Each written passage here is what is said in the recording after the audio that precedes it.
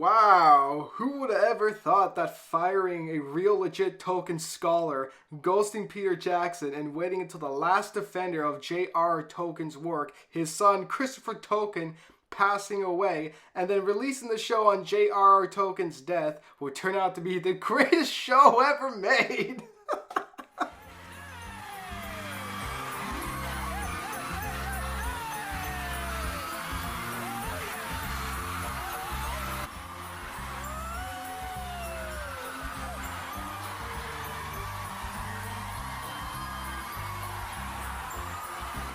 I don't know if I have anything else to add to this. Everyone else already said everything that needed to be said. And in great detail, too. Screw it, I'll give you my 2 cents. That's 2 cents I don't have. This show was a chore to get through. I never looked at my phone that many times until I watched this. Each episode was about an hour long, and it just felt forever. The only thing this show added to the world was the buildup of mold on the shit that's at my work. Like, come on, guys. It's not that hard to poop in a toilet. And it's also going to add new YouTube channels that will specifically roast this show and also get 1 million subs. So I guess that's a bonus. God, I don't even know where to begin. I guess I'll just start from the beginning, which is the marketing campaign. And wow, that was the worst marketing campaign I think I've ever seen for anything that has to do with entertainment. Playing the first female dwarf and immersing myself in the world of Middle-earth in such an extraordinary way with...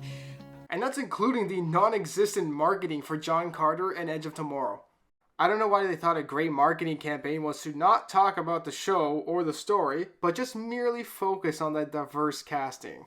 I didn't know that was the new strategy now, which is to not pump up how great your show is, but instead say there's gay people and the first female dwarf. Because I guess that's important. Also, what's with the attack on fans? Right from the beginning, the show didn't even come out yet, and they were calling the fans names. Attacking the paying customer. Yeah, that's a great way of not getting viewership. Which is a great segue into the next thing, which is criticizing the show. Oh my lord.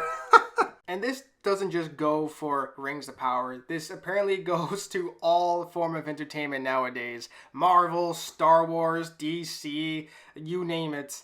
So you can't criticize a show anymore. If you talk great about it, if you say it's one of the best shows you've ever seen, or anything positive, then you're considered an angel. But the second you actually give legitimate criticism, you're apparently a racist, bigot, misogynist, homophobic, transphobic, Nazi, white supremacist. I just don't get it. And according to the showrunners themselves, patently evil.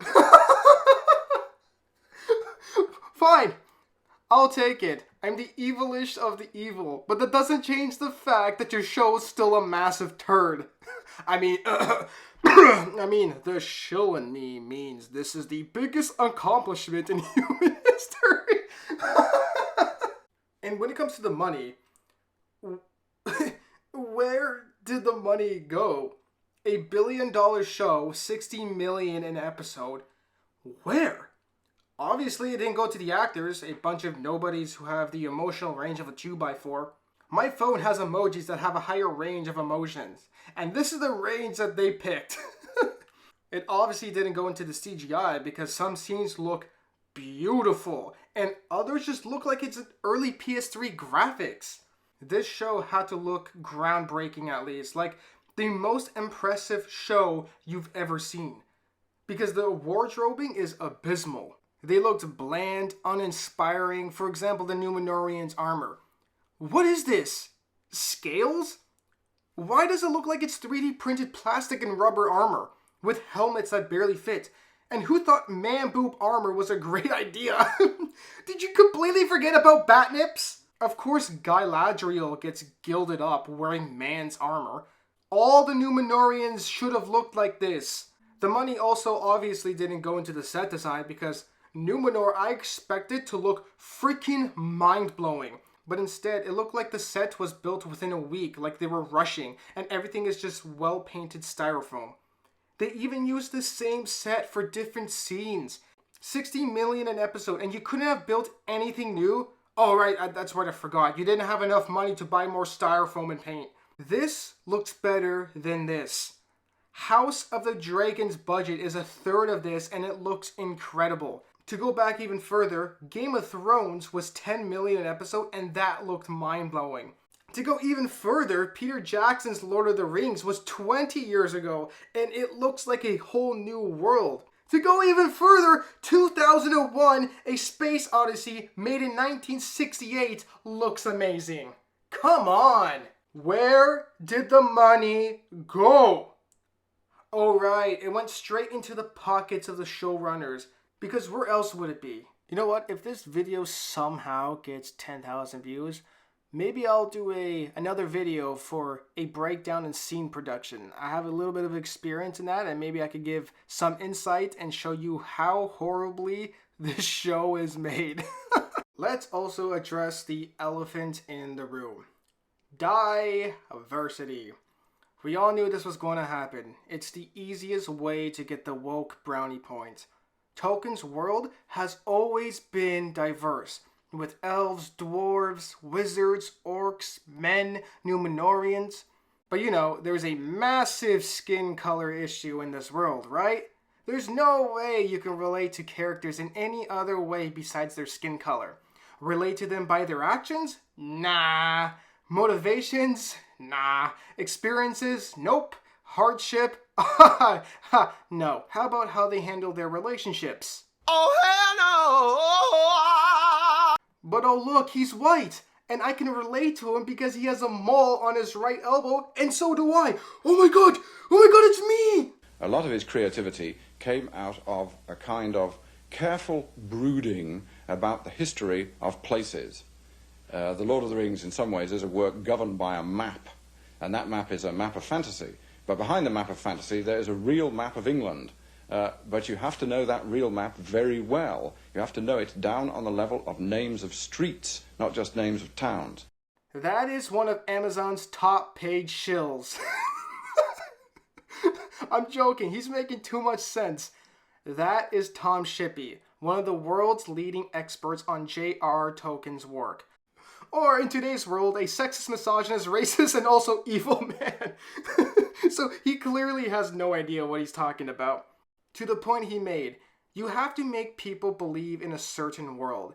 And to do that is by doing the simple things, and in this case, one of them is accurately representing the demographic of a certain place. So for Middle-earth, which is a fantasy version of medieval England, naturally everyone will be white.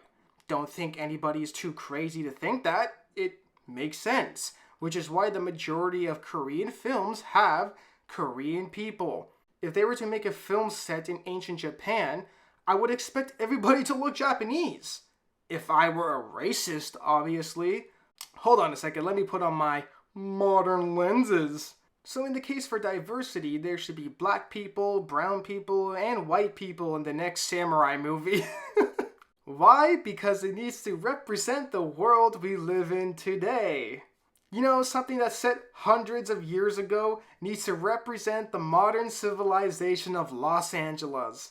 It is funny how when you have a good written show like its competitor House of the Dragon, you kind of forget about the forced diversity. Could they at least dye his beard blonde? This just looks weird. Or maybe he turns out to be a phony. You're a big fat phony! Any normal, cool person is tired of this absurdity, the disrespecting of cultures, and for some reason in this modern day, it's white culture. Yes, Tolkien's Middle-earth is an all-white world, with an asterisk. And there's nothing wrong with that. Just like if they were to make a movie of a certain story that represented an all-black cast. Nothing wrong with that either. Changing skin colors and sexual orientations isn't creative. It's just cheap and lazy. There is so much African mythology that is dying to be made. Actually, I think I may make a video about that.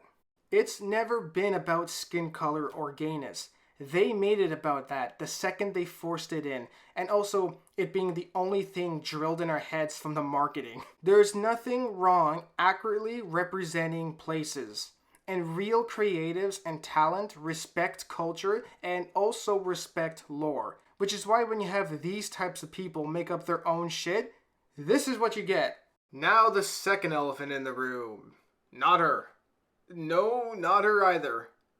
Galadriel. She's a dude. She is not deserving of her actual name. We are supposed to root for her, and I hate her. Self-absorbed, narcissistic, obnoxious, entitled. Bitch. She is a girl boss, which is not a thing. No dude sees a girl that's absolutely killing and says, damn, that's a girl boss.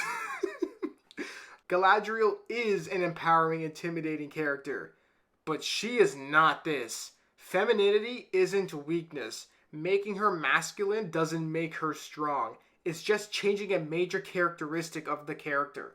If anything, it's an insult to my mom. She's feminine, and she is not a weak woman. My grandmother was even stronger. Femininity or masculinity isn't weak.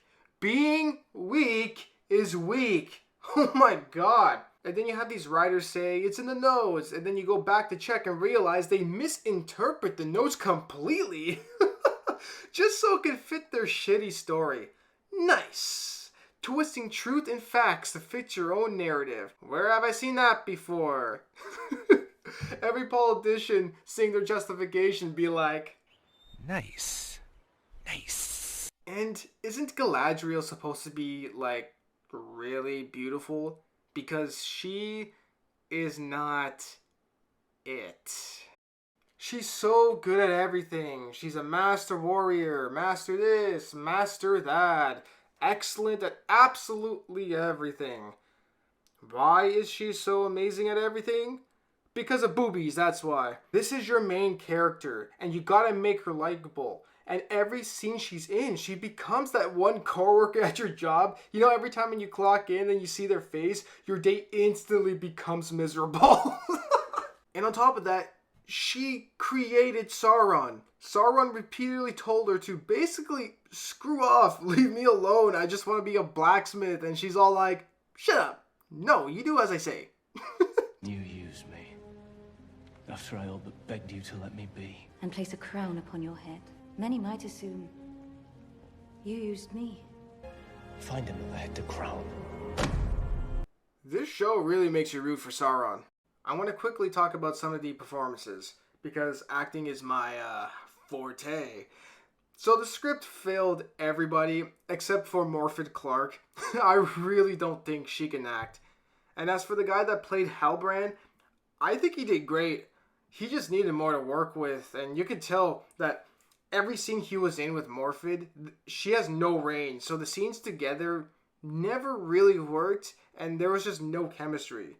Besides her being the most annoying person when it came to the marketing, I think the woman who played Disa did really good up until the end. Like up until her last scene. I felt like every scene that she was in, she actually added to the scene.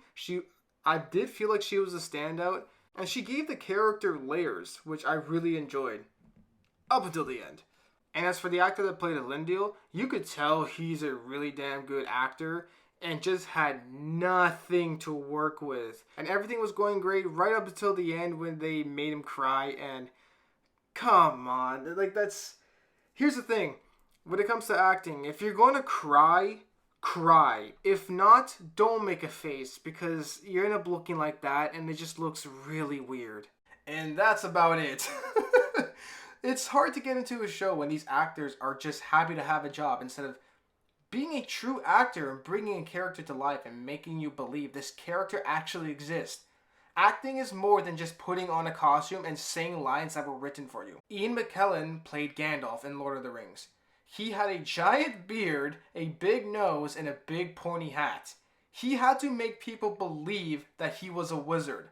And him being a master actor, he did that. You didn't see Ian McKellen. You saw Gandalf. You believed there was a wizard and he actually existed. Nobody seems committed in this trash show.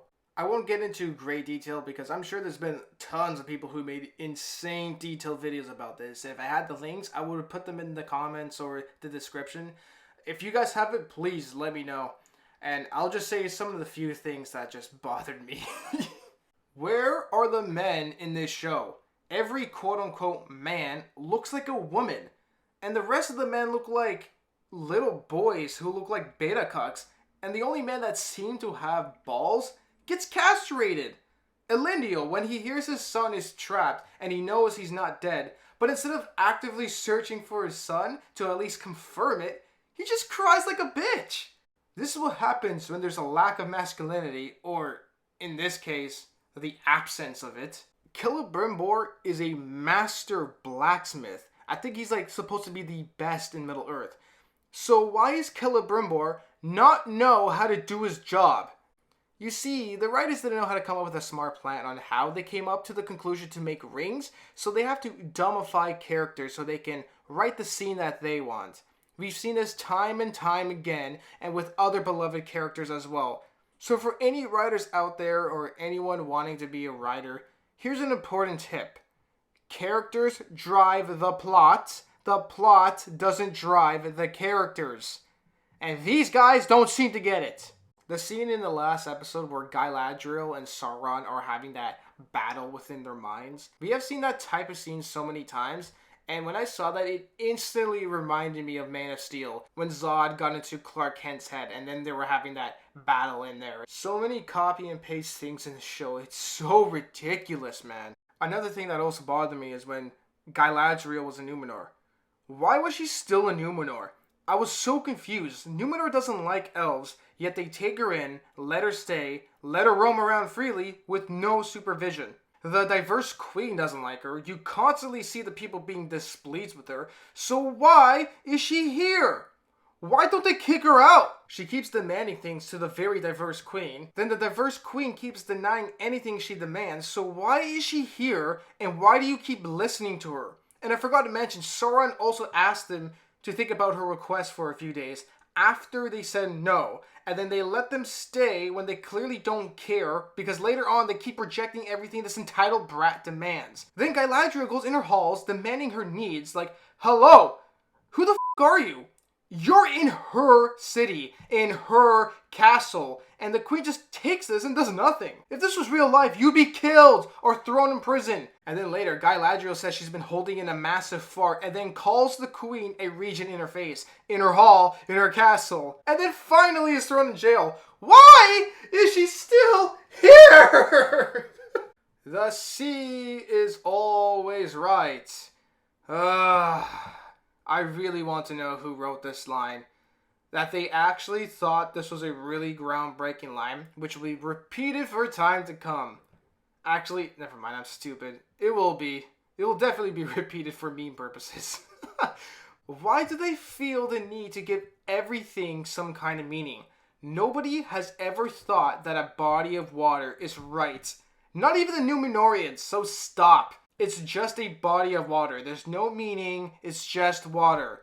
Just like we don't need mithril to have a bigger meaning, it's just metal. It doesn't have a lame superpower, it's metal. And then they also make fire not fire. Oh my god, this show takes your head and exposes your brain and pours salt in it while repeatedly saying, do you get it? Do you get it?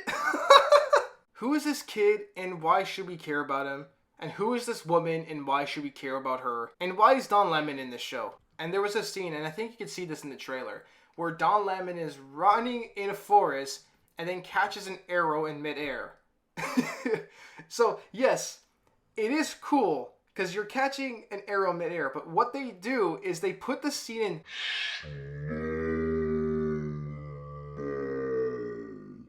and it just takes all the intensity out of the fight. If they were to show that scene in real time, because arrows travel really fast, so if they show that scene in real time of him catching the arrow in real time, that's impressive and that looks a lot more cooler. But instead they show you in slow motion and you can see the string on the arrow floating to his hand and he grabs it and it just looks ridiculous. And then later when he gets out of the forest, the orcs just stop shooting arrows at him. You see the orcs, they come out of the forest and all their bows are gone. You're like, what do you stop shooting for? Like, because the sun's coming out and now they're scared, but you can still shoot at him. Why do you just stop? I'm also lost of how much time has passed in the show, because there's a scene where Celebrimbor and Elrond walk to Khazad-dûm. They don't take any horses, they walk there, and it's a very long walk. like days, and they walk there within the next scene.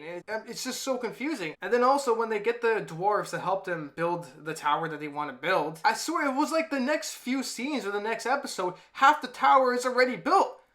And I'm just confused what's going on, because then you go to the other scenes of other characters and they're moving like, I think, at hours pace, but then you go to the elves and they're moving at astonishing paces. It's so confusing. And also, why don't the elves look like elves? They just look like normal people with prosthetic ears on. That's it. And just when you thought the show wasn't going to have any gay couples in it, you were wrong! Give me the meat and give it to me raw. You see, I can go like on and on and on, but this video will be 4 hours long. These are just some of the things I had to get off my chest right away. And I feel so much better. Thank you for anyone who's listening, the 4 people out there. This show, man, developed by the brain sludge competence of Joe Biden, written by Kamala Harris, performed by Justin Flation Castro, and marketing handled by Donald Trump. This show was just another checkbox for them. Do we have black people? Yes. Black. Do we have black hobbits? Yes. Black. Do we have black elves? Yes. Blackness. Do we have black dwarves? I'm blickety black, blacker than black, I'm blacker than... Thank God it's over, and not just the show, but the activists have finally gotten everything. So at least we know there's nothing else for them to trash, right? Right? They also went balls to the wall with mystery boxes with this show, man. Who is Morgoth? Mystery box. Who is the Meteor Man? Big mystery box. What is this hilt and what does it do? Mystery box. What's in the box? Mystery box. Where is Sauron and why did he abandon his army? Mystery box. Why is the cow squirting black jizz? Mystery box. Why doesn't Galadriel tell everyone that Hellbrand is Sauron? Mystery box. Why was handing an apple scene 2 minutes long? Mystery box. And why is she fat? I'm not going to talk about the Harfoots because their portrayal was very racist. I also skipped every scene that they were in. It was just so boring and it had nothing to do with the story. I think you guys can forgive me on that one. But don't worry, there is good news. They're the ones spending $1 billion on this trash. Not us. We're not spending a single dollar. And we don't have to waste our time. And the best part is, we always have the amazing books and the Peter Jackson trilogy. They can never touch those. Well, that's it for this video. Thank you for watching. Leave a like if you liked it, subscribe or not. Until my next one, ta-ta for now. Oh my God, are you kidding me? No. No. She's just standing. She's gonna take the fart cloud to the face. Move, run.